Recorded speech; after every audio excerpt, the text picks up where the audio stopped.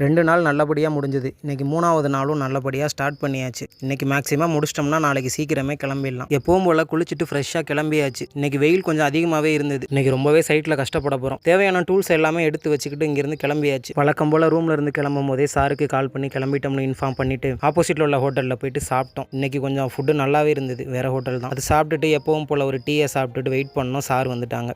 கரெக்டாக சைட்டுக்குள்ளே வந்தாச்சு. அந்த எஸ்சிபி எதனால் பேர்ன் ஆகுதுன்னு இது வரைக்கும் என்னால் கண்டுபிடிக்கவே முடியல. இன்றைக்காவது ஏதாவது கண்டுபிடிக்கணும். ஏன்னா மேலே கேபிளில் ஏதாவது பர்னிங் மார்க் இருந்ததுன்னா நம்ம ஓகே லூஸ் கனெக்ஷன் அப்படின்ற மாதிரி ஐடென்டிஃபை பண்ணலாம். இது மேலே கேபிள் டெர்மினேஷன் எல்லாம் கரெக்டாக இருக்குது. ஃபியூஸ் லிங்க் மட்டும் பேர்ன் ஆகுது. அதுதான் என்ன இஷ்யூன்னு தெரியவே இல்லை. உங்களுக்கு ஏதாவது ஐடியா இருந்தால் இதை பற்றி எக்ஸ்பீரியன்ஸ் இருந்துச்சுன்னா கொஞ்சம் சொல்லுங்கள். எப்பவும் போல் இன்றைக்கும் சைட்டுக்கு எல்லா பாக்ஸையுமே செக் பண்ணோம். எந்த இஷ்யூவும் கிடைக்கவே இல்லை. ஏதாவது க்ளூ கிடைக்குமான்னு பார்த்தா அதுவும் கிடைக்கல. எப்படி தான் ரிப்போர்ட் பண்ண போகிறோன்னா தெரியல. அதுக்கப்புறம் சாப்பிட ஆஃபீஸ் கூப்பிட்டு வந்தாங்க. 3 மணிக்கு தான் திருப்பி சைட்டுக்கு மறுபடியும் எல்லா பாக்ஸையுமே செக் பண்ணோம். எதுவுமே இல்லை. ஒரு சில பாயிண்ட்ஸ் கிடைச்சது. ஆனால் அதை பெருசாக ஹைலைட் பண்ண முடியாது. அதை அவங்ககிட்டயே இன்ஃபார்ம் பண்ணிட்டு திருப்பி ஆஃபீஸ்க்கு வந்துட்டோம். குத்தி போகிற கார் ரெடியாக இருந்தது. அவங்க கூடவே நாங்களும் அப்படியே கிளம்பிட்டோம். அவங்கெல்லாம் ஹிந்தியில் ஏதோ பேசிட்டு வந்தாங்க. ஒன்றுமே புரியாமல் உட்காந்துட்டு இருந்தேன். வந்த ஆளுக்கு ஒரு டீயை சாப்பிட்டுட்டு பொறுமையாக ரூமுக்கு வந்தோம். பிரகாஷ் குளிக்க போயிருந்தான். அந்த கேப்பில் நான் யூடியூப்பில் பாட்டெல்லாம் போட்டு கேட்டுட்டு இருந்தேன்.